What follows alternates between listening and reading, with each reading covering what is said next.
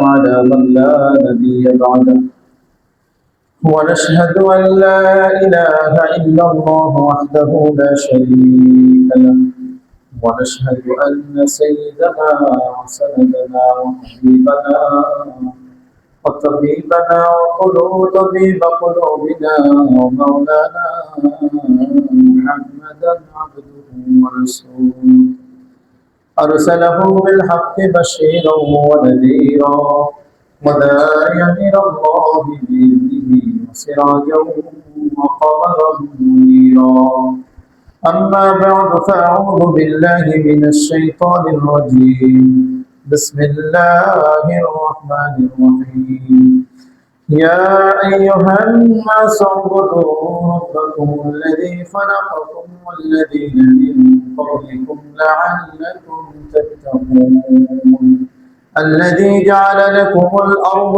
فراشا والسماء بناء وأنزل من السماء ماء فأخرج به من الثمرات رزقا لكم فلا تجعلوا لله أندادا وأنتم تعلمون صدق الله العظيم وصدق رسوله النبي الكريم ونحن على ذلك لمن الشاهدين والشاكرين আমরা সকলে মুহাব্বতের সাথে একবার দরুদ সালাম পাঠ করি اللهم صل على محمد وعلى آل محمد كما صليت على إبراهيم وعلى آل إبراهيم إنك حميد مجيد اللهم بارك على محمد وعلى آل محمد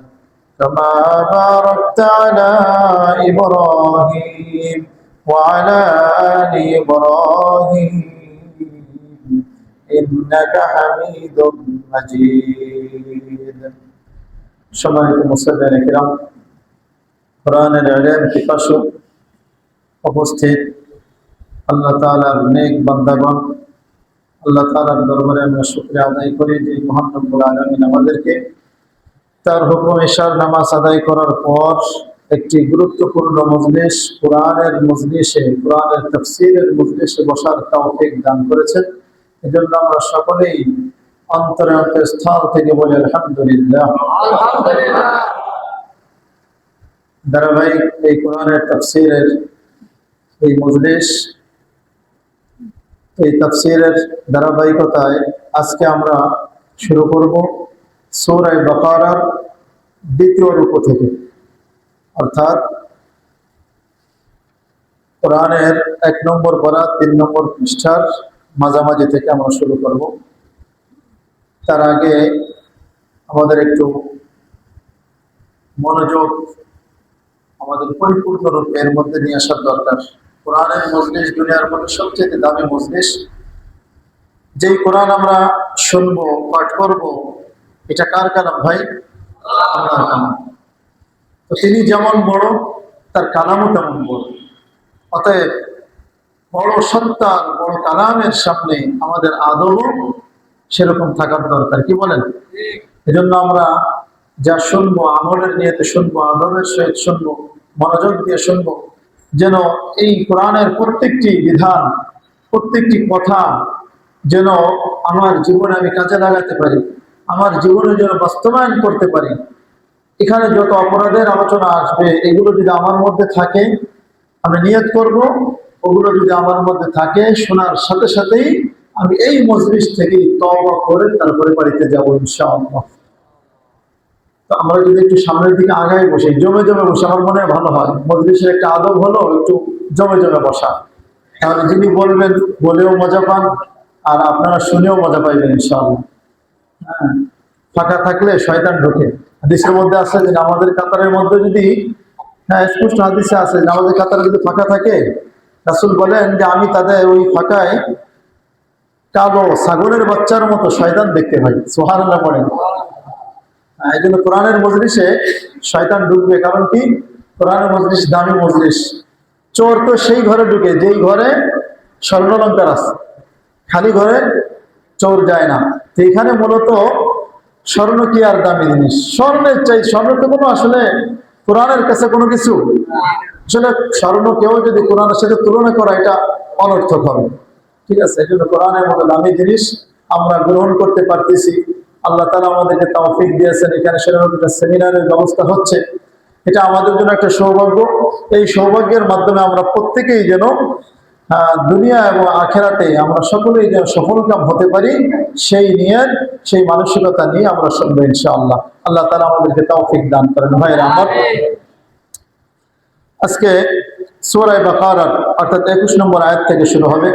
প্রথমে আমরা একটু তরজমা শুনবো। রব্বুল আলামিন বলেন, ইয়া আইয়ুহান নাস উবুদু রাব্বাকুমুল্লাযী খালাকাকুম ওয়াল্লাযীনা মিন ক্বাবলিকুম লাআল্লাকুম তাত্তাকুন। অর্থ, হে লোক সকল, তোমরা তোমাদের প্রভুর ইবাদত করো, যিনি তোমাদেরকে সৃষ্টি করেছেন এবং তোমাদের পূর্ববর্তী লোকদেরকেও সৃষ্টি করেছেন। সুবহানাল্লাহ। তাহলে আল্লাহ তাআলা বলতেছেন যে যিনি তোমাদেরকে সৃষ্টি করেছেন এবং তোমাদের পূর্ববর্তী যারা গত হয়ে গিয়েছে তাদেরকেও সৃষ্টি করেছেন, অতএব তোমরা তার ইবাদত করো। যদি করতে পারো তাহলে লাআল্লাকুম তাত্তাকুন, আল্লাহ বলেন তাহলে তোমরা মুত্তাকি হতে পারবে। সুবহানাল্লাহ। তাহলে মুত্তাকি হওয়ার পথ কি ভাই? আল্লাহ তাআলার ইবাদত করা। আমরা ইতিপূর্বে ব্যাখ্যা শুনেছি মুত্তাকি কাকে বলে। কোরআনের বিভিন্ন আয়াতের মাধ্যমে বলা হয়েছে যে ইহদিনাস সিরাতাল মুস্তাকিম, সিরাতাল মুস্তাকিম কি? ওয়া আনি'বুদুনি হাযা সিরাতুল মুস্তাকিম, যে তোমরা আমার ইবাদত করো, এটাই হলো সিরাতুল মুস্তাকিম। আর যেই ব্যক্তি বা যারা সিরাতুল মুস্তাকিমের পথ গ্রহণ করতে পারবে ওই ব্যক্তি মুত্তাকি হতে পারবে। সুবহানাল্লাহ। তাহলে সিরাতুল মুস্তাকিমের পথ কি? আল্লাহ তাআলার ইবাদত করা। ঠিক আছে।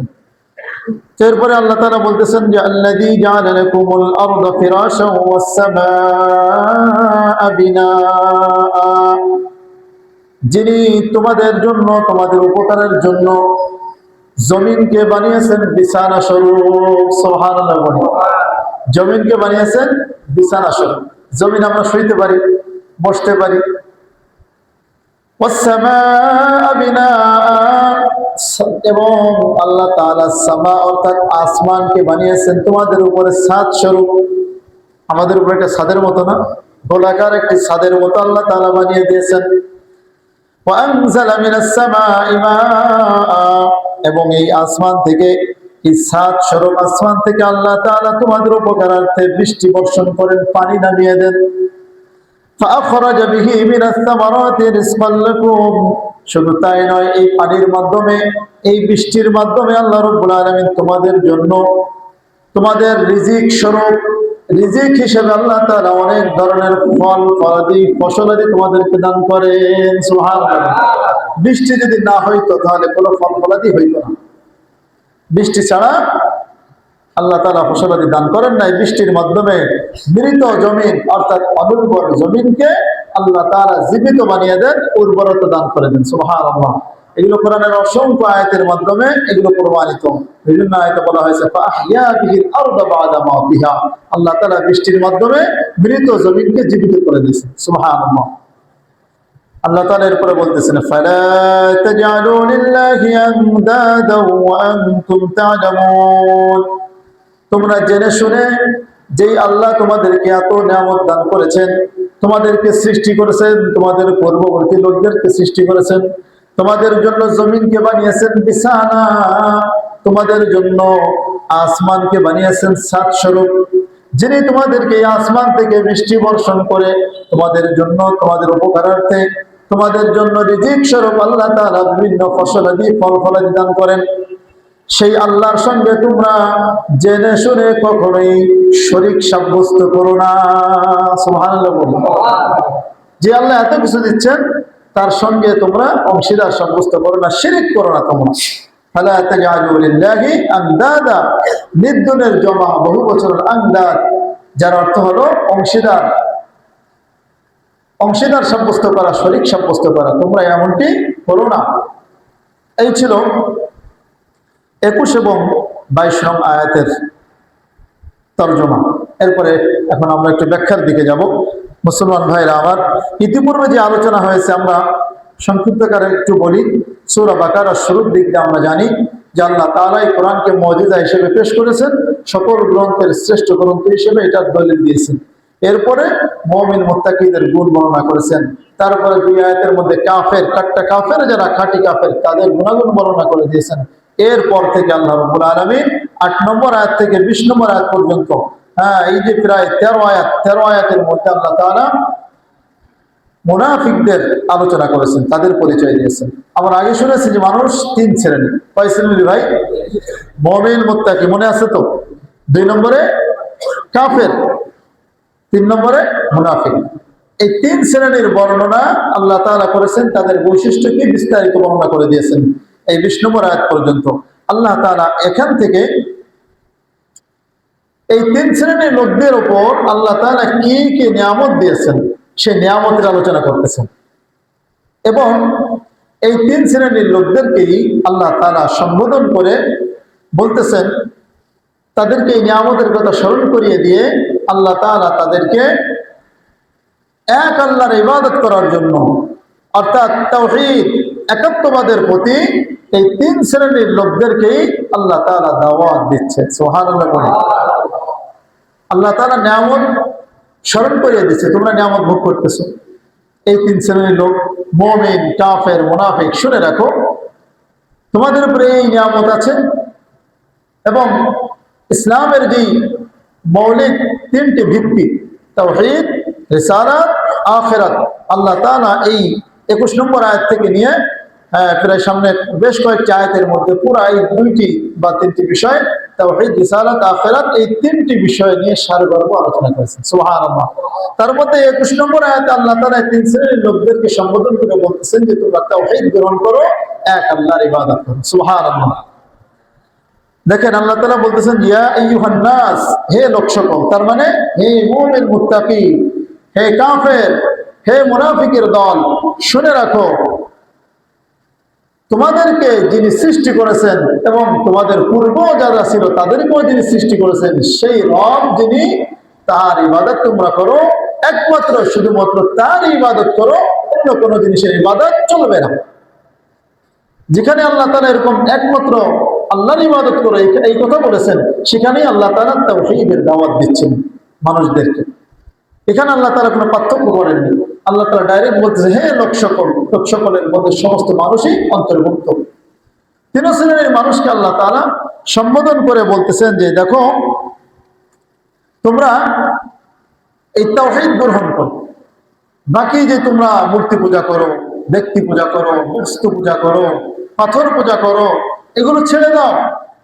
এগুলো না পারে তোমাদের কোনো উপকার করতে, না পারে তোমাদের কোনো ক্ষতি করতে। এগুলো তো জড় পদার্থ, এগুলো তো নিজেকেই সে রক্ষা করতে পারে না। তার গায়ে যদি একটা মাছি পড়ে সে মাছিটা পর্যন্ত সরাইতে পারে না। সূরা হুদের মধ্যে আল্লাহ তাআলা একটা আয়াতে বলেন যে ফালা তাদউ মিন দুনিল্লাহি মা লা ইয়ানফাউক ওয়া লা ইয়াদুররুক, তোমরা আল্লাহকে বাদ দিয়ে এমন জিনিসকে তোমরা ডাকিও না যে এই জিনিস তোমাদের উপকারও করতে পারে না, ক্ষতিও করতে পারে না। কি বলেন? কোন পাথরের মূর্তি আমার কোনো উপকার করতে পারবে? আমার কোনো ক্ষতি করতে পারবে? হ্যাঁ, উপকারের ভয় না পাইলেও আমরা ক্ষতির ভয় পাই। হ্যাঁ, আছে না? মূর্তি পূজার পাশ দিয়ে গেলে সাবধানে ক্ষতি হয়ে যাবে, ভয় পাই আমরা। আরে পাথরের মূর্তি যে নিজের উপর আল্লাহ তাআলা সূরা আম্বিয়ার শেষের দিকে বলতেছেন, হ্যাঁ, যে একটা মাছিও পর্যন্ত এই মূর্তি পূজা, যাই মূর্তি, এগুলো একটা মাছিও বানাইতে পারে না, একটা মাছি পর্যন্ত বানাইতে পারে না। আর তোমরা তার কাছে উপকার চাইতেছো, ক্ষতি থেকে বাঁচতে চাইতেছো, তার কাছে তোমার সন্তান চাইতেছো, তার কাছে তোমার ব্যবসার উন্নতি চাইতেছো। তোমাদের মাথায় কি বেরেন নাই? আল্লাহ তাআলা এভাবেই কেমন করে বোঝাচ্ছেন, যত জায়গায় এরকম দৃষ্টান্ত দিয়েছেন, এরকম কথার ভাব এরকম যে তোমাদের মাথায় কি আমি আকল দেইনি যে তুমি কেন এক আল্লাহ, আমি তোমাকে সৃষ্টি করেছি, আমি তোমার পূর্ববর্তী সবাইকে সৃষ্টি করেছি, তোমাদেরকে এত এত নিয়ামত দিয়েছি, আমাকে বাদ দিয়ে তুমি কেন এরকম মূর্তি পূজা করো বা ব্যক্তি পূজা করো, মানুষের পূজা করো? তুমি আল্লাহ তাআলা এই জন্য দাওয়াত দিচ্ছেন যে বান্দা তুমি এক আল্লাহর ইবাদত করো, অন্য সকল জিনিস ছেড়ে দাও। আল্লাহ তাআলা এরপরে বলতেছেন ইয়া আইয়ুহান নাস উবুদু রাব্বাকুম, তোমাদের প্রভুর ইবাদত করো। তিনি কে? তার পরিচয় দিচ্ছেন যে তার কি কি অবদান তোমাদের উপর। তো আল্লাহ রাব্বুল আলামিন তো বলতেছেন, এরপরে নিয়ামতের কথা স্মরণ করে দিচ্ছেন। ওই যে শুরুতে বললাম নিয়ামতের কথা, আল্লাযী খালাকাকুম, আরে তোমরা এই পুরোপুরি ইবাদত করবে না, কার ইবাদত করবা? তুমি যে এখন মূর্তি পূজা করতেছো, শিরকের দিকে ধাবিত হচ্ছ, এই শক্তি তোমাকে কে দিয়েছে? আল্লাহ তাআলা। তুমি যে হাত পেয়েছো, তুমি যে জবান পেয়েছো, তুমি যে চোখ পেয়েছো, এই সবগুলোর সৃষ্টি কে করেছেন ভাই? আল্লাহ তাআলা। আল্লাহ তাআলা এগুলো স্মরণ করে দিচ্ছেন যে বান্দা তুমি এগুলো ভুলে যাও না। মানুষ দেখেন, মানুষের সাথে অনেক সময় কি করে, অকৃতজ্ঞতা প্রকাশ করে না। আপনি যার উপকার করলেন, কিছুদিন পরে দেখবেন আপনার একটা ক্ষতি করে বসবে। কেন? কারণ সে, আপনি যে উপকার করেছেন, একটা নিয়ামত আপনার মাধ্যমে সে লাভবান হয়েছে, এই উপকারের কথা সে ভুলে যায়, অথবা এটাকে তুচ্ছ মনে করে। তাই মাঝে মাঝে স্মরণ করে দেওয়া উচিত, যদি খোটা দেওয়া উচিত না, কিন্তু তাদেরকে স্মরণ করে দেওয়া উচিত যে তুমি যে এত উপকার পাইলা, তার মাধ্যমে তার কেন ক্ষতি তুমি করলো। তা আল্লাহ তাআলা স্মরণ করে দিচ্ছে, দেখো বান্দা, তুমি তো বুঝো না, তুমি যে শিরক করার শক্তি পেয়েছো, এই শক্তিটা তো আমিই তোমাকে দিয়েছি। তুমি যে পা দিয়ে হেঁটে যাচ্ছ শিরকের দিকে, সে পা তো আমিই তোমাকে দিয়েছি। তোমার গোটা দেহ, তোমার দেহের প্রতিটা জায়গা, প্রতিটা পশম, সবকিছু আমি আল্লাহ সৃষ্টি করেছি। আর তুমি সেই আল্লাহর বান্দা হয়ে সেই আল্লাহর সঙ্গে তুমি কিভাবে শিরক করতেছো? আল্লাহু আকবার বলেন। আল্লাহ তাআলা কত সুন্দরভাবে বুঝিয়ে দিচ্ছেন যে বান্দা দেখো, আল্লাযী খালাকাকুম, যেই সত্তা, যেই রব তোমাদেরকে সৃষ্টি করেছে, ওয়াল্লাযীনা মিন ক্বাবলিকুম, এবং তোমাদের পূর্ববর্তী যত মানুষ এসেছে। সন্দেহ থাকতে পারে আল্লাহ হয়তো আমাদেরকে সৃষ্টি করেছেন, পূর্ববর্তী যারা তারা হয়তো এমনি হয়েছে। না, নাস্তিকরা এগুলো বিশ্বাস করে না। আল্লাহ তাআলা বলতেছেন যে তোমাদের পূর্ববর্তী যত মানুষ এসেছে, তোমরা তো বিশ্বাস করো যে তোমাদের পূর্ববর্তী অনেক মানুষ এসেছে, তোমাদের বাবা, তোমার দাদা, তোমার 14 পুরুষ, তোমার আরো যত আছে, যত মানুষের কথা তুমি শোনো, যত মনীষীর কথা তুমি শোনো, সবাইকে তো আমি আল্লাহ সৃষ্টি করেছি। সুবহানাল্লাহ। লাআল্লাকুম তাত্তাকুন, আল্লাহ বলতেছেন যে যদি তুমি সেই আল্লাহর ইবাদত করতে পারো যিনি তোমাকে এবং তোমাদের পূর্ববর্তী লোকদেরকে সৃষ্টি করেছেন, তাহলে তুমি মুত্তাকি হতে পারবা। লাআল্লাকুম ব্যবহার করেছেন আল্লাহ তাআলা, যে এর অর্থ হলো আশা করা যায় তুমি মুত্তাকি হতে পারবা। লাআল্লাহ শব্দটা ব্যবহার হয় আশাবাঞ্চক হিসেবে, অর্থাৎ লাআল্লা লিতারাজ্জি, এটা হরফে মুশাব্বাহ বিল ফা'ল, যেটার অর্থ আসে যে তারাজ্জাইতা, তারাজ্জাইতু তাত্তাকুন, যে তোমরা আশা করা যায় মুত্তাকি হতে পারবে। তো দেখেন এখানে আল্লাহ তাআলার ইবাদত করলে, তো একটু আগে কিন্তু আমি বলেছি, আল্লাহ তাআলার ইবাদত করাই মানে সিরাতে মুস্তাকিমের পথ ধরা। সিরাতে মুস্তাকিমের পথ যে ব্যক্তি ধরবে, সেই ব্যক্তি অটোমেটিকলি মুত্তাকি হয়ে যাবে। কিন্তু দেখেন, মুত্তাকি হওয়া মানে হলো ওই ব্যক্তি জান্নাতীদের অন্তর্ভুক্ত হয়ে যাওয়া। সুবহানাল্লাহ। কারণ জান্নাত কেবলমাত্র কাদের জন্য প্রস্তুত করা হয়েছে? মুত্তাকিদের জন্য, মুমিন মুত্তাকিদের জন্য। এই জন্য আপনি মুত্তাকি হয়ে যাবেন মানে আপনি জান্নাতি। সুবহানাল্লাহ বললেন না?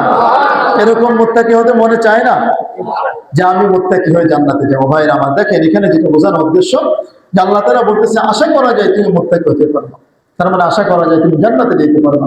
আশা করা যায় কেন বললেন? ইবাদত করলেই তো সে জান্নাতে যাবে, আল্লাহ তাআলা বিভিন্ন জায়গায় ওয়াদা দিয়েছেন। তারপরে এখানে আশা করা কেন বলছেন?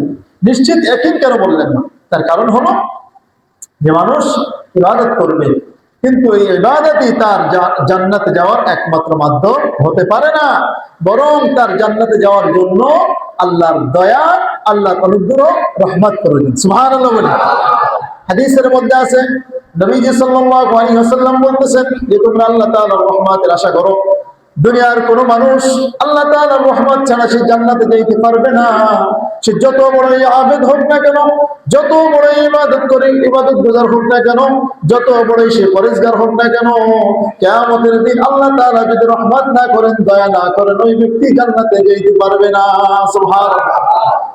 সাহাবীরা জিজ্ঞেস করলেন, ইয়া রাসূলুল্লাহ আনতা, তার মানে আপনিও কি রহমতের মুখাপেক্ষী? আপনিও কি রহমত ছাড়া জান্নাতে যেতে পারবেন না? অথচ আপনার তো মা তাকাদ্দামা মিন যামবি, আপনার পূর্বাপর সমস্ত গুনাহ খাতা আল্লাহ তাআলা মাফ করে দিয়েছেন। বলেন সুবহানাল্লাহ। আপনি তো নিষ্পাপ, আপনি তো মাসুম, বেগুনাহ, আপনিও কি আল্লাহ তাআলার রহমতে জান্নাতে যাইবেন নাকি? নবীজি জবাব দিলেন যে হ্যাঁ, আমিও আল্লাহ তাআলার রহমতের আশাবাদী। সুবহানাল্লাহ। যে নবীর কোনো গুনাহ নাই, গুফিরা লাহু মা তাকাদ্দামা মিন যামবি ওয়া মা তাআখার, তার পূর্ববর্তী এবং পরবর্তী সকল গুনাহ আল্লাহ তাআলা অটোমেটিক্যালি মাফ করে দিয়েছেন, যদিও নবীর মাধ্যমে কোনো গুনাহ হয়নি। এই কথার ব্যাখ্যাই এটা যে তার মাধ্যমে কোনো গুনাহই হবে না। এমন নিষ্পাপ ব্যক্তি, এমন মহামানব সৈয়দুল মুরসালিন, তিনি বলতেছেন যে হ্যাঁ, জান্নাতে যাওয়ার জন্য আমিও আল্লাহ তাআলার রহমতের আশা করি। তাহলে আমরা কোথায় ভাইরা আমার? আমরা যদি দেখা যায় যে একটু 5 ওয়াক্ত নামাজ পড়তে পেরেছি, একটু হজ করতে পেরেছি, একটু তাবলীগ হয়তো এক চিল্লা 2 চিল্লা দিতে পেরেছি, অথবা কোনো ভালো কোনো পীরের হাত ধরতে পেরেছি, মানে নেক আমল কোনো বড় কোনো আমল যখন করতে পারি, তখন মনে হয় যে আমি তো সবকিছু, আমি তো জান্নাতি হয়ে গেছি। ভাই মনে হয় কি হয় না? এরকম মনে হওয়াটা স্বাভাবিক, কিন্তু এরকম মানসিকতাটাকে আশ্রয় দেওয়াটা হলো গুনাহের কাজ। মানুষের মন, আমাদের মনে তো আল্লাহ তাআলা নফস দিয়ে দিয়েছেন, নফস আমাদেরকে সারাদিন খুঁজাইতে থাকে, আরে মনে কর যে তোর ইবাদতই তো সবকিছু, তুই যে ইবাদত করতেছিস এরকম আর কেউ নাই তোর মতো ইবাদত বুঝান, এরকম মনে আমাদের বলবে, এটা স্বাভাবিক, কিন্তু এটাকে আশ্রয় দেওয়া যাবে না। ভাইরা আমার, তো বলতেছিলাম যে আল্লাহর রহমত ছাড়া কোনো ব্যক্তি জান্নাতে যেতে পারবে না, আল্লাহর রহমত প্রয়োজন হবে। তাই আল্লাহ তাআলা লাআল্লাকুম বলতেছেন, সুবহানাল্লাহ বললেন না? আল্লাহ তাআলা একটা শব্দের মধ্যে কি সুন্দর ইঙ্গিত দিয়ে দিচ্ছেন যে বান্দা, তুমি হয়তো আশা করা যায় তুমি মুত্তাকি হতে পারবা, জান্নাতে যেতে পারবা। তো এখানে আল্লাহ তাআলা একটু কথার মধ্যে আল্লাহ তাআলা আরো কিছু বোঝাচ্ছেন যে তুমি তাহতাজুনা ইলা রাহমাতিল্লাহ, জান্নাতে তো যেতে পারবা কিন্তু আল্লাহর রহমত ছাড়া যেতে পারবা না। এ ব্যাপারে বহু ঘটনা হাদিসের মধ্যে বর্ণিত আছে, আগেও শুনেছি। বনি ইসরাঈলের ওই ব্যক্তির ঘটনা মনে আছে তো, যে নির্বেজাল 500 বছর ইবাদত করেছিল, আল্লাহ তাআলার সঙ্গে কথোপকথন হয়েছিল, বলেছিল যে আল্লাহ আমার আমলের মাধ্যমে জান্নাতে যাও। আল্লাহ বলেন যে আমার অনুগ্রহে, আমার রহমত থেকে জান্নাতে দাও। তিনি বারবার যখন বলে আচ্ছা ঠিক আছে, তাহলে তোমার নিয়ামতের হিসাব দাও, আমি যে নিয়ামত দিয়েছি দুনিয়াতে, নিয়ামতের হিসাব দাও। প্রথমে একটা চোখের হিসাব দিতে গেছে, ধরা খেয়ে গেছে যে দুনিয়ার মধ্যে যত নিয়ামত ভোগ করেছে, যত আমল করেছে, সব আমল, সব নিয়ামত, সব কিছু একটা চোখের বিনিময় হয় না। আমি যত আমল করেছি 500 বছরের ইবাদত, একটা চোখের বিনিময় হয় না। তখন আল্লাহ তাআলা সাল্লাহ ভুল হয়ে গেছে, তোমার রহমতে আমি জান্নাতে যেতে চাই। আল্লাহ বলে যাও, আমার রহমত থেকে জান্নাতে দিয়ে দাও। সুবহানাল্লাহ।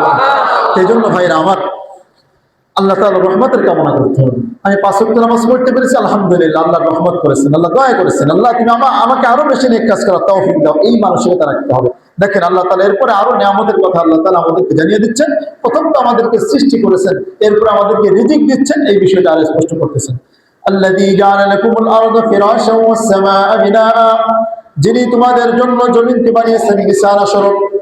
জমিনকে আল্লাহ তাআলা তোমাদের জন্য সমতল বানিয়েছেন, যেখানে তোমরা বসতে পারবা, চাইলে শুইতেও পারবা। এখন তার আমাদের মাটিতে শোয়া লাগে না। এই ব্যাখ্যাটা কৃষক ভাইরা যারা আছে, কাজ করতে করতে ক্লান্ত শুয়ে পড়ি, তাদের কাছে মানে এটা আরো বেশি স্পষ্ট হবে। যারা জীবনে মাঠে কাজ করেনি তাদের কাছে, তাদের চাইতে ওই যারা কাজ করেছে মাঠে, তাদের কাছে বেশি স্পষ্ট হবে যে জমিনকে যে আল্লাহ তাআলা বিছানা বানিয়ে দিয়েছেন, তাদের কাছে এটা বেশি স্পষ্ট হবে। সুবহানাল্লাহ বলি।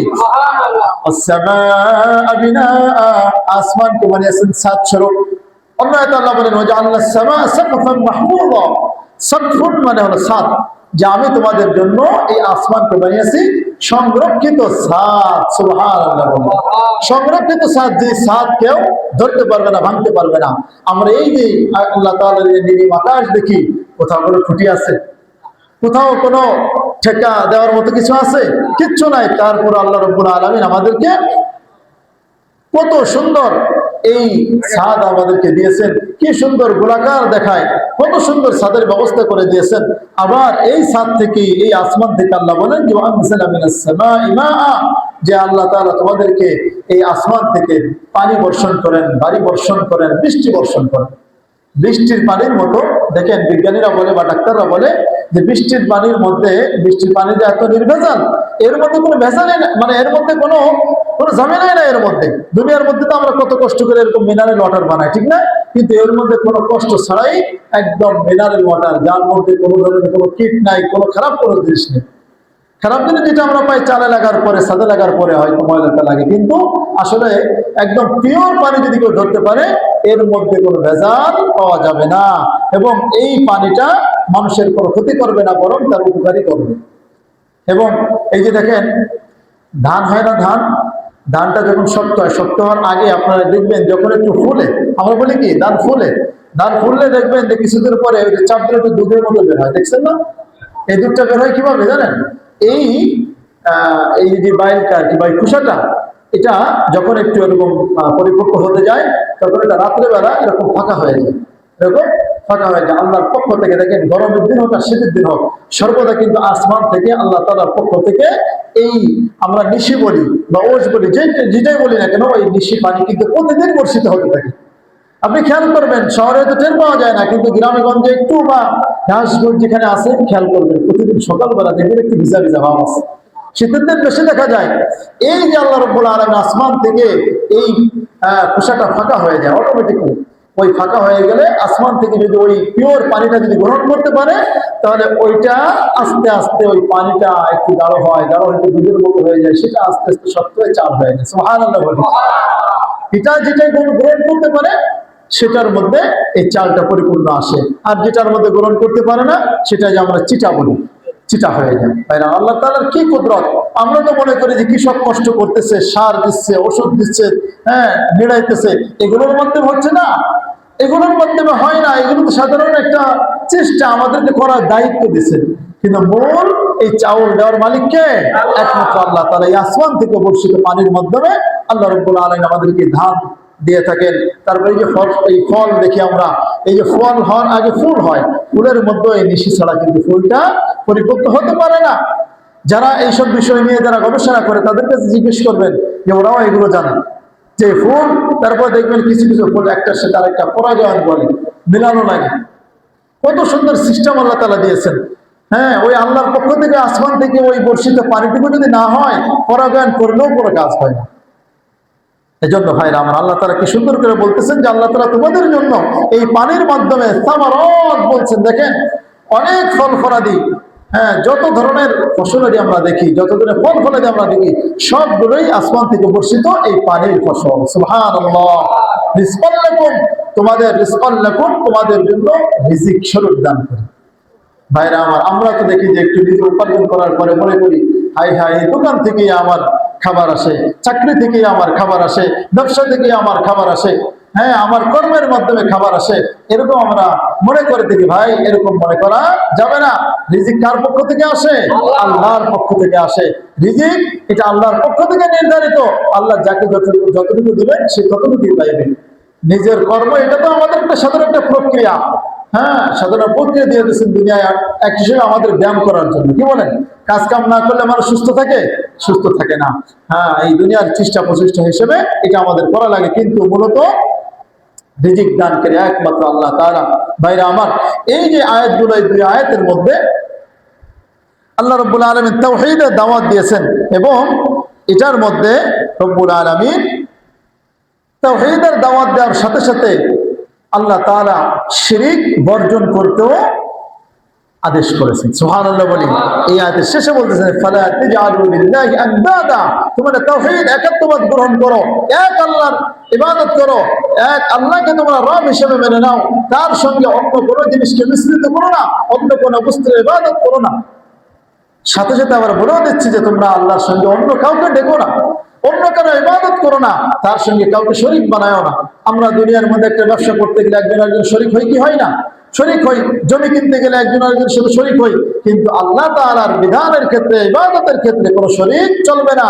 একমাত্র কার সন্তুষ্টির জন্য ইবাদত করব? আল্লাহ তাআলার সন্তুষ্টির জন্য ইবাদত করব। আমার ইবাদতের মধ্যে যেন শিরিক না ঢোকে, আমার কথার মধ্যে যেন শিরিক এসে না যায়, আমার কাজের মধ্যে যেন শিরিক এসে না যায়। তাই আল্লাহ তাআলা হুঁশিয়ার করে দিচ্ছেন যে তোমরা জেনে শুনে খবরদার, খবরদার আল্লাহ তাআলার সঙ্গে কখনো শিরিক সাব্যস্ত করো না, শিরিক সাব্যস্ত করো না। ভাইরা আমার, এই আয়াতের মধ্যে মুফাসসিরুল কিরাম লেখেন যে আয়াতের মধ্যে আল্লাহ তাআলার অস্তিত্বের প্রমাণ। এই আয়াতটা অনেক বড় একটা দলিল, অনেক বড় একটা প্রমাণ যে আল্লাহ তাআলা আছেন। আল্লাহ তাআলার অস্তিত্বের একটা বড় প্রমাণ। কিভাবে? যেই আল্লাহ তাআলা তোমাকে সৃষ্টি করেছেন, তোমার পূর্ববর্তী লোকদেরকে সৃষ্টি করেছেন, এত কিছু যা কিছু দেখো সবকিছু তিনি সৃষ্টি করেছেন, তার ইবাদত করবো না তো কার ইবাদত করবা? এটাই তো যুক্তির দাবি। কি বলেন? আমাকে যিনি বানাইছেন, আমাকে যিনি রিজিক দিচ্ছেন কিয়ামত পর্যন্ত, যতদিন আমি বেঁচে থাকবো ততদিন রিজিক দিবেন কে? একমাত্র আল্লাহ তাআলা। তিনিই দায়িত্ব নিয়েছেন। তাহলে এমন উপকার যিনি করেন, তার ইবাদত না করে আমরা কার ইবাদত করব? মুফাসসিরিন ইকরাম লেখেন যে এই আয়াতের মধ্যে আল্লাহ তাআলার অস্তিত্ব প্রমাণ হয়। কিভাবে? ইমাম রাজি তার তাফসীরের মধ্যে লেখেন যে এক বেদুইন বলা হয় আরবি। বেদুইন মানে আরবিদের মধ্যে একজন গ্রাম্য ব্যক্তি। আমাদের মধ্যে আছে না একজন গ্রাম্য মানুষ আমরা বলি, তো এরকম একজন গ্রাম্য ব্যক্তিকে বলা হয়েছে। দেখেন, একজন গ্রাম্য ব্যক্তি হওয়া সত্ত্বেও তার মধ্যে আল্লাহর অস্তিত্বের ব্যাপারে, আল্লাহর শ্রেষ্ঠত্বের ব্যাপারে কত জ্ঞান রয়েছে। তাকে বলা হলো যে তোমার আল্লাহর কি অস্তিত্ব আছে? আল্লাহর কোন অস্তিত্ব থাকলে তুমি বলো। তখন ওই ব্যক্তি বলতেছে যে দেখো, উটের বিষ্ঠা দেখে, মানে উটের মল দেখে যদি উট থাকার প্রমাণ পাওয়া যায়, উটের অস্তিত্বের প্রমাণ পাওয়া যায়, তারপরে পায়ের চিহ্ন দেখে একজন পথিকের পথ চলার প্রমাণ পাওয়া যায়, তাহলে তোমাদের সামনে যেই এত নক্ষত্র বিশিষ্ট, সুন্দর সুন্দর বড় বড় নক্ষত্র বিশিষ্ট বিশাল আসমান তোমরা দেখতেছ, তারপরে এরকম বহু পথ বিশিষ্ট, বহু গাছ গাছালি বিশিষ্ট এই জমিন তোমাদের সামনে আছে, বহু বড় বড় ঢেউ বিশিষ্ট সমুদ্র, পানি বিশিষ্ট সমুদ্র তোমাদের সামনে রয়েছে। এগুলো দেখে কি তোমাদের মনে বলে না যে এগুলো এমনি এমনি হয় না, বরং এগুলোর একজন সৃষ্টিকর্তা আছে? কথা বলেন ঠিক কিনা মুসলমান? এই ব্যক্তি বলতেছেন যে এগুলো দেখে কি তোমাদের মনে হয় না যে এগুলোর পিছনে একজন সৃষ্টিকর্তা আছেন? এগুলোর পিছনে একজন সৃষ্টিকর্তা আছেন। তোমাদের মনে কি এটা সাড়া দেয় না? একটা আপনি যদি দুনিয়ার প্রত্যেকটা নিয়ামত নিয়ে যদি একটু চিন্তা করেন, এই যে নাস্তিকরা যারা বলে আল্লাহ বলে কিছু নাই, তারা বলে সবকিছু এমনি এমনি হয়েছে, আপনি হিসাব করে দেখেন তো দুনিয়ার কোনো জিনিস কি এমনি এমনি হয়? আপনি এই যে বোতলটার কথা আমি বলি, আপনি পানি খাবেন, আপনি হাত না বাড়াইলে পানিটা আপনার গালে গিয়ে একা আপনাকে খাইয়ে দেবে? কোনো ধরনের দেবে? এটা সাধারণ জ্ঞান, তবুও এই নাস্তিকরা বোঝে না। আপনি যদি কোনো জিনিস দেখবেন যে এই ফ্যানটা চলতেছে, এমনি এমনি চলতেছে, এই ফ্যানটা চলার পিছনে কতগুলো প্রক্রিয়া আছে। সর্বপ্রথম আপনার এখানে এই তারের লাইন দিতে হচ্ছে, কারেন্ট থাকতে হচ্ছে, সুইচ চাপ দিতে হচ্ছে। কারেন্ট নাই, তারও সব কিছু লাইন আছে, সুইচও দেওয়া আছে, চলবে? কারেন্ট আছে কিন্তু সুইচ দিচ্ছে না, চলবে? তাহলে এগুলোর একটা কাজ থাকে, প্রত্যেকটা পিছু কাজের ফলাফলের, প্রত্যেকটা ফলাফলের পিছনে একটা কাজ থাকে, একজন কর্তা থাকে। তাহলে এত সুবিশাল আসমান দেখে, এত সুন্দর জমিন দেখে, এত গাছগাছালি পাক পাখালি আমরা দেখে, তারপরে কি মনে হয় না এগুলোর পিছনে একজন আছেন সৃষ্টিকর্তা? সুবহানাল্লাহ। ওই বেদুইন একজন গ্রাম্য ব্যক্তি, সে বলতেছে যে তোমাদের কাছে কি এগুলো দেখে মনে হয় না? একটা উটের বিষ্ঠা দেখে যদি মনে করে যে হ্যাঁ এখানে উট গেছে, এখান থেকে একটু আগে একটা উটের অস্তিত্ব পাওয়া গেছে, একজন মানুষের পদচিহ্ন, এখন তার পদচিহ্ন বিশারদ লোক খুঁজে পাওয়া যায় না। তখনকার জামানায় পায়ের চিহ্ন দেখে বুঝতে পারতো এটা কার পায়ের চিহ্ন। সুবহানাল্লাহ বলেন। নবী সাল্লাল্লাহু আলাইহি ওয়াসাল্লাম যখন হিজরত করে, হিজরতের উদ্দেশ্যে যখন রওনা হলেন, প্রথম রাতে যখন তিনি ওই যে আপনার কোথায় মনে আছে তো, গার হেরা, হীরা গুহায় যখন তিনি লুকালেন, তখন তার এই পায়ের চিহ্নগুলো হযরত আবু বকর সিদ্দিক রাদিয়াল্লাহু আনহুর ছেলেকে বলে দিয়েছেন যে আমাদের এই পায়ের চিহ্নগুলো একটু কি করে দাও, মিশায় দাও, যাতে করে এরা চিনতে না পারে, বুঝতে না পারে। তারপরও ওদের মধ্যে পায়ের চিহ্ন, এই পদচিহ্ন বিশারদ লোক ছিল, এরা তারপরে কিভাবে যেন বুঝতে পেরেছে যে এই রাস্তা দিয়ে গিয়েছে। সুবহানাল্লাহ বলেন। এত তীক্ষ্ণ বেরেন ছিল, দেখেন এত তীক্ষ্ণ বেরেন থাকা সত্ত্বেও এদের কপালে ঈমান জোটেনি ভাইরা আমার। তো বলতেছিলাম যে একটা পদচিহ্ন দেখে যদি একজন পথিকের যাওয়ার, তার পথ চলার প্রমাণ পাওয়া যায়, তাহলে এত কিছু দেখে কি এর পিছনে যে একমাত্র আল্লাহ আছেন এটা কি বুঝে আসে না? ভাইরা আমার, এই আয়াতের মাধ্যমে স্পষ্ট প্রমাণ যে আল্লাহ তাআলা আছেন। কারণ যিনি বলতেছেন যে তোমাদেরকে আমি সৃষ্টি করেছি, তুমি এমনি এমনি চলতেছো না, এমনি এমনি তুমি সৃষ্টি হয়ে যাওনি, তোমাদেরকে তোমরা যে রিজিক গ্রহণ করতেছো আমি আল্লাহ দিচ্ছি, এতগুলো নিয়ামত তুমি পাওয়া সত্ত্বেও তোমার কি মনে বলে না যে আল্লাহ আছে? আল্লাহ অবশ্যই আছে। তারপরে আরো বহু মুফাসসিরিন বলেন, বৈজ্ঞানিক ভাবে তারা বলতেছেন যে এই দেখেন, এই যে আসমান, এই আসমানের বিভিন্ন রং, বিভিন্ন আকার, জমিনের বিভিন্ন আকার, বিভিন্ন স্বভাব, তারপরে আপনি যত জীবজন্তু দেখেন, যত উপকারী জীবজন্তু আমরা দেখি, এগুলোর সৃষ্টিকর্তা তার ব্যাপক ক্ষমতা, নৈপুণ্য এবং তার যে বিরাট সাম্রাজ্য আছে এগুলোর সাক্ষ্য বহন করে। কথা বলেন ঠিক কিনা? সবগুলো দেখলে মনে হয় যে হ্যাঁ ঠিক আছে, এগুলোর পিছনে একজন আছে। এই আয়াতের মাধ্যমে আল্লাহ তাআলা আমাদেরকে শিক্ষা দিচ্ছেন যে বান্দা, তুমি মনে রাখো যে এই বিষয়গুলো, এই আয়াতের মাধ্যমে তোমরা এটা মনে রাখো যে তোমাদের পিছনে সৃষ্টিকর্তা একজন আছেন। তিনি কে? আল্লাহ, আমাদের রব। ভাইরা আমার, এই জন্য বলতেছেন যে এত কিছু যিনি করতেছেন তার সঙ্গে তোমরা কিভাবে শরীক করো, কিভাবে তোমরা অংশীদার সাব্যস্ত করো। তাই আল্লাহ বলতেছেন ফালা তাজআলু লিল্লাহি আনদাদা ওয়া আনতুম তা'লামুন, তোমরা জেনে শুনে কখনোই আল্লাহ তাআলার সঙ্গে শিরক সাব্যস্ত করো না। হাদিসের মধ্যে আছে হযরত ইয়াহইয়া আলাইহিস সালাম, ইয়াহইয়া ইবনে জাকারিয়া তিনি নবী ছিলেন, তার ছেলে ইয়াহইয়া আলাইহিস সালাম। হ্যাঁ, আর ইয়াহইয়া আলাইহিস সালাম আর ঈসা আলাইহিস সালাম তারা দুই খালাতো ভাই ছিল। ইয়াহইয়া আলাইহিস সালামকে ঈসা আলাইহিস সালাম একদিন বললেন যে দেখো, তোমাকে তো আল্লাহ তাআলা 5টি বিষয়ের আদেশ করেছেন যে তুমি নিজে আমল করবা এবং তোমার বনী ইসরাইল গোত্রকে তুমি এটার আদেশ করবা। তো আমি দেখছি তুমি এটা দেরি করতেছো, কেন দেরি করতেছো? যদি তুমি না করো আমি কিন্তু এই 5টা বিষয়ের আদেশ শুরু করে দেবো। বলেন সুবহানাল্লাহ। দ্বীনের কাজ করার ক্ষেত্রে নবীদের কি আগ্রহ ছিল। তখন ইয়াহইয়া আলাইহিস সালাম বললেন যে প্রিয় ভাই, আমার খালাতো ভাই, শোনো, তুমি যদি আমার কাজটা যদি করতে যাও তাহলে দেখা যাবে যে আল্লাহ তাআলার পক্ষ থেকে আমার উপর শাস্তি এসে যাবে। বলতেছে যে কারণ কাজটা আমার, তুমি যদি এখন করো তার মানে আমার অলসতা প্রকাশ পাবে, আল্লাহ তাআলা আমাকে শাস্তি দিবেন, অতএব তুমি একটু সবর করো, আমি করতেছি। হযরত ইয়াহইয়া আলাইহিস সালাম বাইতুল মুকাদ্দাসে তিনি দাঁড়িয়ে সমস্ত লোকদেরকে ডাকলেন। বনী ইসরাইলের সমস্ত লোক যখন মসজিদে সমবেত হলো, আল্লাহ তাআলার প্রশংসা করলেন। ফাআথনা আলাইহি ওয়া হামিদাল্লাহ, আল্লাহ তাআলার প্রশংসা করলেন এবং তাদের সামনে বক্তব্য দিলেন যে দেখো, আল্লাহ রাব্বুল আলামিন আমাকে 5টি বিষয়ের আমল করার জন্য আদেশ করেছেন এবং তোমাদেরকে সেই 5টি বিষয়ের আদেশ করার জন্য আমি আদিষ্ট হয়েছি। সুবহানাল্লাহ। সেই 5টি বিষয় কি এক এক করে বলতেছেন। সেই 5টি বিষয়ের 1 নম্বর হলো যে তোমরা একমাত্র শুধুমাত্র একমাত্র তোমরা আল্লাহ তাআলার ইবাদত করো, তার সঙ্গে ওয়ালা তুশরিকু বিহি শাইআ, তার সঙ্গে অন্য কাউকে শরীক করো না। 1 নম্বর কি ছিল? যে আল্লাহ তাআলার ইবাদত করো, তার সঙ্গে কাউকে শরীক করো না। 2 নম্বর বলতেছে যে আমরুকুম বিসসালাহ ওয়া আমরুকুম, যে আল্লাহ তাআলা আমাকে আদেশ করেছেন যে নামাজ কায়েম করার জন্য, নামাজ পড়ার জন্য, আর আমিও তোমাদেরকে নামাজ পড়ার আদেশ করছি। সুবহানাল্লাহ বলি।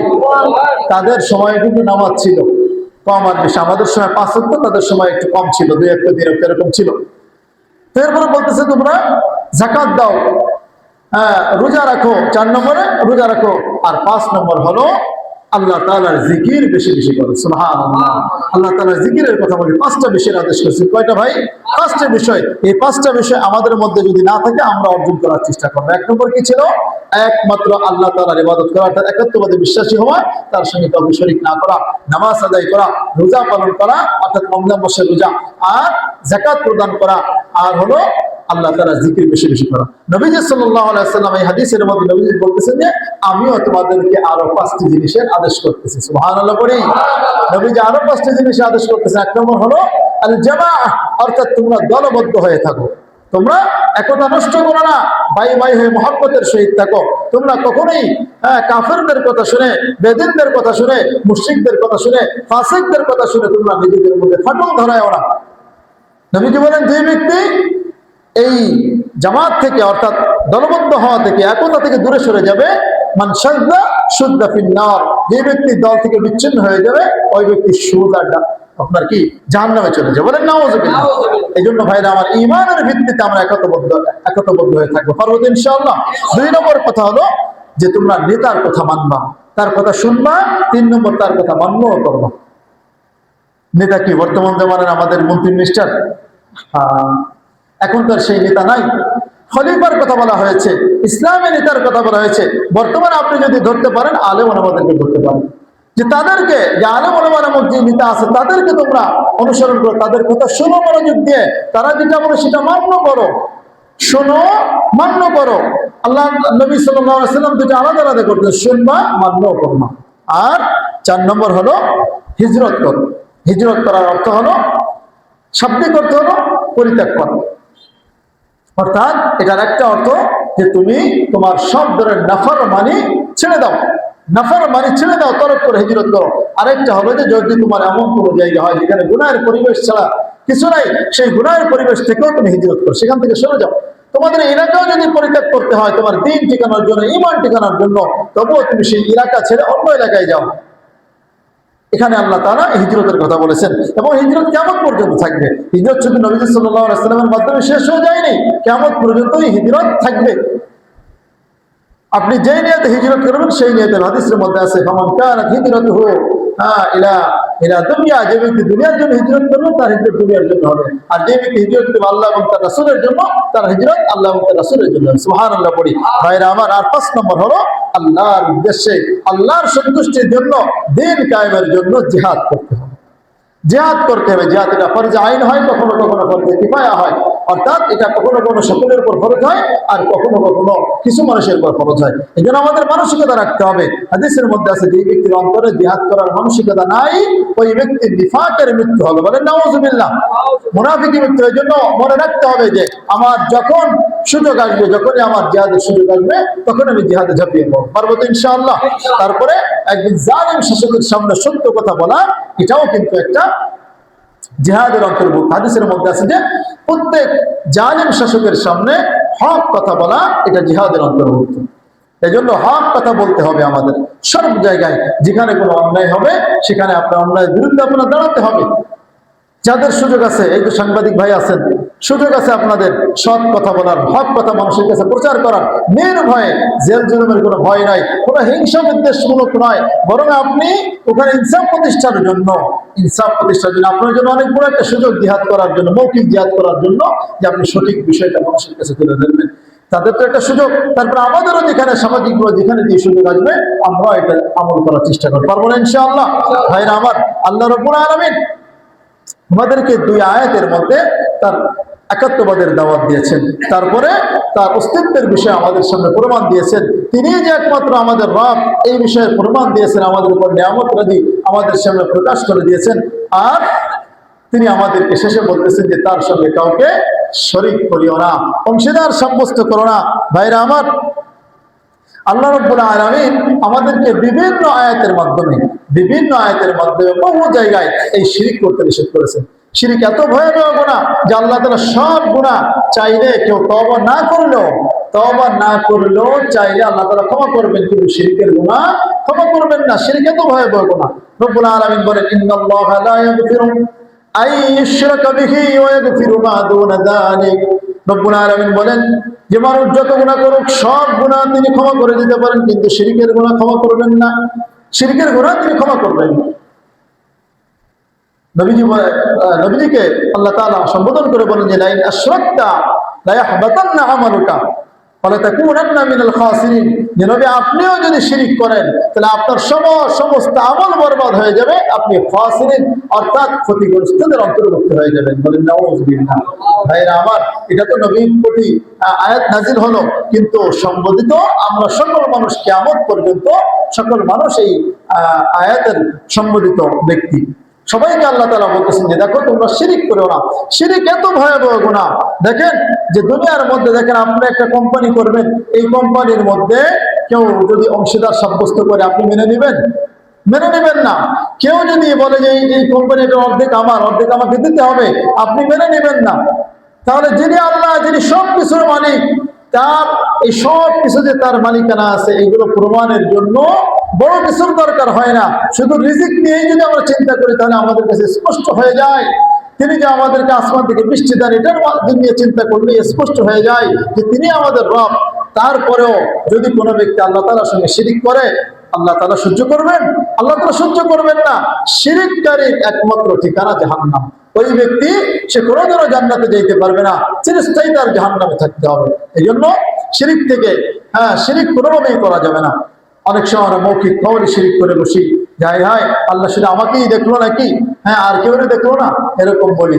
বা এই হাদিসের মধ্যে আছে যে ফাইন্না লাউ মিনাশ শাইতান। লাউ মানে হলো যদি।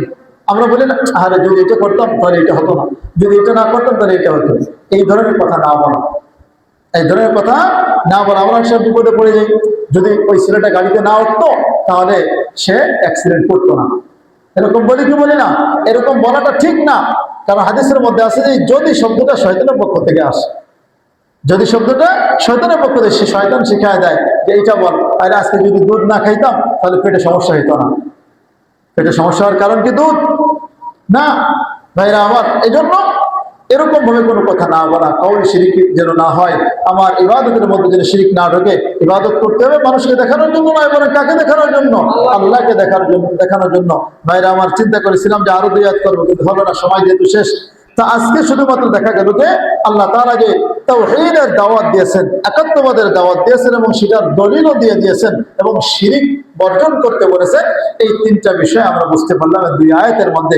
সামনে 2 আয়াতের মধ্যে আল্লাহ তাআলা নবুয়ত, রিসালাত, এই নবুয়ত বা রিসালাতে এই দলিল প্রমাণ দিয়েছেন। এবং কোরআন এটা আমার নবী সাল্লাল্লাহু আলাইহি ওয়াসাল্লামের মুজিজা। এই কোরআন যে আল্লাহ নবী সাল্লাল্লাহু আলাইহি ওয়াসাল্লামের একটা বড় মুজিজা, এই মুজিজা প্রমাণ করার জন্য আল্লাহ তাআলা এই আয়াতের মধ্যে বলেছেন যে যদি তুমি পারলে একটা সূরা বানায় নিয়ে এসো। কাফের মুশরিকরা ঈমান আনে নাই কেন? এই কোরআনকে তারা বলছে আম ইয়াকুলুনা ইফতারা। এই কোরআন হলো মুহাম্মদ সাল্লাল্লাহু আলাইহি ওয়াসাল্লাম সে নিজে বানিয়ে বলছে, বলেন নাউযুবিল্লাহ। কিন্তু ভাইরা আমার, নবী সাল্লাল্লাহু আলাইহি ওয়াসাল্লাম হাদিসের মধ্যে বলে, ফাতহুল বারির মধ্যে হাদিসটা আছে যে, না বুখারী শরীফের মধ্যে হাদিসটা, যে নবীজি বলেন যে পূর্ববর্তী যত নবী এসেছে সমস্ত নবীদেরকে আল্লাহ তাআলা মুজিজা দিয়েছেন, আর এই মুজিজার উপর তার উম্মতরা যারা ঈমান গ্রহণ করেছে তারাই হকের উপর হয়েছে, তারাই মুমিন বলে গণ্য হয়েছে, তারাই জান্নাতীদের অন্তর্ভুক্ত হবে। আর আমাকে আল্লাহ তাআলা কোরআন দান করেছেন। তবে পার্থক্য হলো পূর্ববর্তী নবীদেরকে যে মুজিজা দিয়েছে তাদের মুজিজা ছিল তাদের মৃত্যু পর্যন্ত, মৃত্যু হয়ে গেছে তাদের মুজিজা আর বাকি নাই। কিন্তু আল্লাহ তাআলা আমাকে এমন একটা মুজিজা দিয়েছে, কোরআন আমাকে আরো বহু মুজিজা, নবীজি সাল্লাল্লাহু আলাইহি ওয়াসাল্লাম যে কত মুজিজা দিয়েছে, এটা অসংখ্য অগণিত মুজিজা। কত মুজিজা আমরা শুনেছি যে আঙ্গুলের ইশারায় কি চাঁদ দ্বিখণ্ডিত হয়ে গেছে, হ্যাঁ, হরিণ দেখে তাকে সালাম দিয়েছে, তারপরে আপনার বিভিন্ন প্রাণী, বিভিন্ন গাছপালা তাকে দেখে সালাম দিয়েছে, মেঘ তাকে, মেঘের খণ্ড তাকে ছায়া দিয়েছে, বলেন সুবহানাল্লাহ। হাদিসের মধ্যে আছে, কি মজা লাগে যে সাহাবীরা একসঙ্গে হাঁটতেছেন আর দেখতেছেন যে সব জায়গায় মরুভূমিতে কোনো ছায়া পাওয়ার কোনো আশা থাকে, কোনো ছায়া থাকে না, কিন্তু নবী সাল্লাল্লাহু আলাইহি ওয়াসাল্লাম হেঁটে যাচ্ছে আর দেখা যাচ্ছে সমস্ত মানুষ দেখতেছে, হ্যাঁ, যে তাকে ওই আসমান থেকে যেদিন নবী সাল্লাল্লাহু আলাইহি ওয়াসাল্লাম হিজরত করে প্রথম যেদিন মদিনায় পা দেন, সেদিন মানুষ দেখতেছে যে তাকে আসমান থেকে ওই মেঘখণ্ড থেকে ছায়া দিচ্ছে। সুবহানাল্লাহ, হেঁটে যাচ্ছে আর তাকে মেঘখণ্ড ছায়া দিচ্ছে। ভাইরা আমার, নবীজি বলেন যে এই কোরআন আমাকে এত মুজিজা, এটা হলো সবচেয়ে বড় মুজিজা। এটা পূর্ববর্তী নবীদের তো মুজিজা তাদের ইন্তেকালের সাথে শেষ, কিন্তু আমার এই মুজিজা এমন বড় মুজিজা যেটা আমার ইন্তেকালের সাথে শেষ হবে না, বরং কিয়ামত পর্যন্ত এটা বলবৎ থাকবে। মানুষ আসবে, এটা দেখবে, শিখবে, গ্রহণ করবে, ঈমান আনবে। কিয়ামত পর্যন্ত মানুষ ঈমানদার হতে থাকবে। আর কিয়ামতের দিন পূর্ববর্তী নবীগণের চাইতে আমার উম্মতের সংখ্যা অনেক অনেক বেশি হবে, বলেন সুবহানাল্লাহ। ভাইরা আমার, তো ইনশাআল্লাহ সামনে আরো মজার কথা আছে, সামনে পরবর্তী 2 আয়াতের মধ্যে চিন্তা করেছিলাম শেষ করবো, হলো না। তো ইনশাআল্লাহ আমরা আগামী সপ্তাহে আবার সময় মতো চলে আসবো। তো আজকে 2 আয়াতের মধ্যে আমরা শিক্ষা পাইলাম কি? তাওহীদের শিক্ষা, একাত্মবাদের শিক্ষা, শিরক বর্জন, আল্লাহ তাআলার অস্তিত্ব যা আছে এটার প্রমাণ, এবং সবকিছু যত নিয়ামত আমরা ভোগ করি এগুলোর মালিক কে? একমাত্র আল্লাহ। এই শিক্ষা আমরা পাইলাম, এগুলোর প্রতি আমরা আমল করব। আল্লাহ তাআলা আমাদের সকলকে তৌফিক দান করেন, বলেন আমিন। আখির দাওয়ানা আলহামদুলিল্লাহি রাব্বিল আলামিন।